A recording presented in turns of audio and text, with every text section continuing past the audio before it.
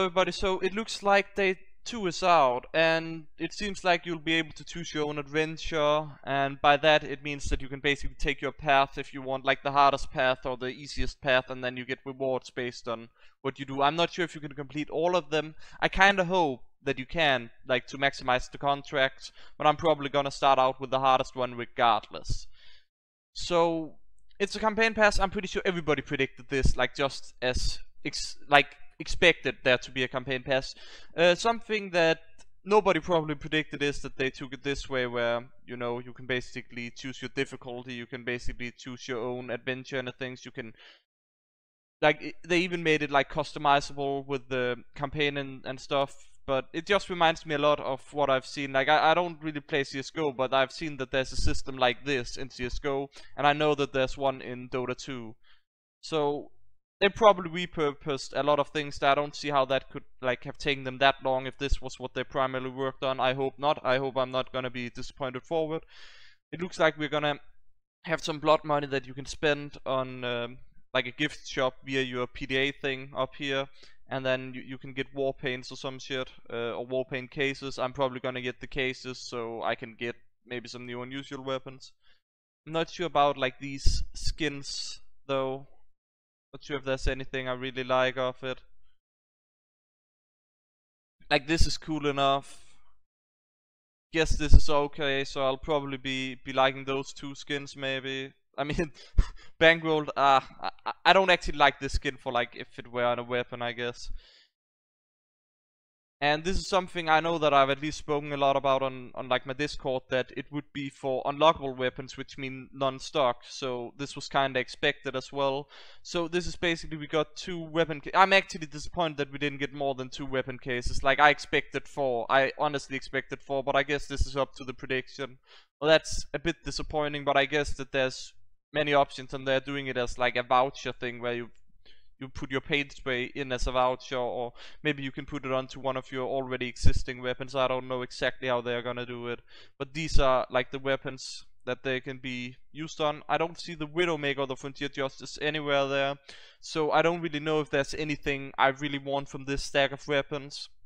I'm probably gonna get some of the things, like, I mean, there's a good chance I'll get the Airstrike. I think that's a new weapon there.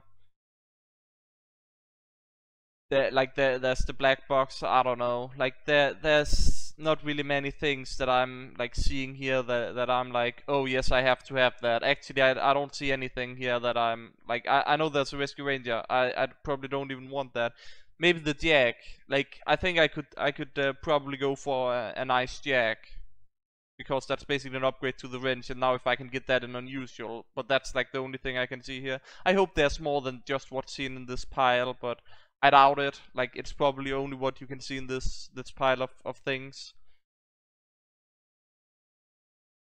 which like is a bit confusing because they're taking stuff like the Rescue Ranger that's getting nerfed, and the Degreaser, which, I mean, they're taking some weapons that have been popular for long, but now are like the popularity is probably gonna shift anyways. So instead of just taking a solid selection of, you know, solid weapons, I don't know. I'm a bit disappointed with this like stack. I wish they would, you know, add a few more different weapons instead of like there's like 2 nade launchers, there's 2 rocket launchers. Actually, there are 3 different nade launchers you can get skins for, and it's like, what? What? Like that kind of mentality. Then there's the Claymore, which everybody knows is bad. Like, why take this when you can take the half-shot Jochi?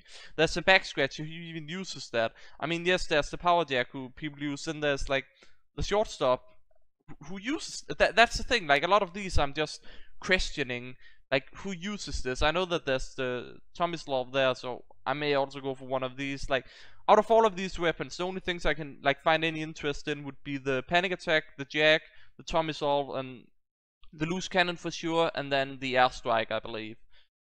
Power Jack would probably also get that, not in a rush, probably gonna get a battle scarred or some shit. I don't know how that's gonna work exactly, but basically by completing some of the campaigns, and this is why I hope you can complete all of them, unless if you complete the hard one you can get all of these cosmetics, because this is basically a bit like achievement items that you, like, they're putting them as rare items up here. Like, in fact, some of the rarest Valve-made items available in the campaign will be completion based, but we all know this is basically just, you know, achievement item. They're not really like who's even like it's like a fine, you know, Manco store cap or some shit. I don't know.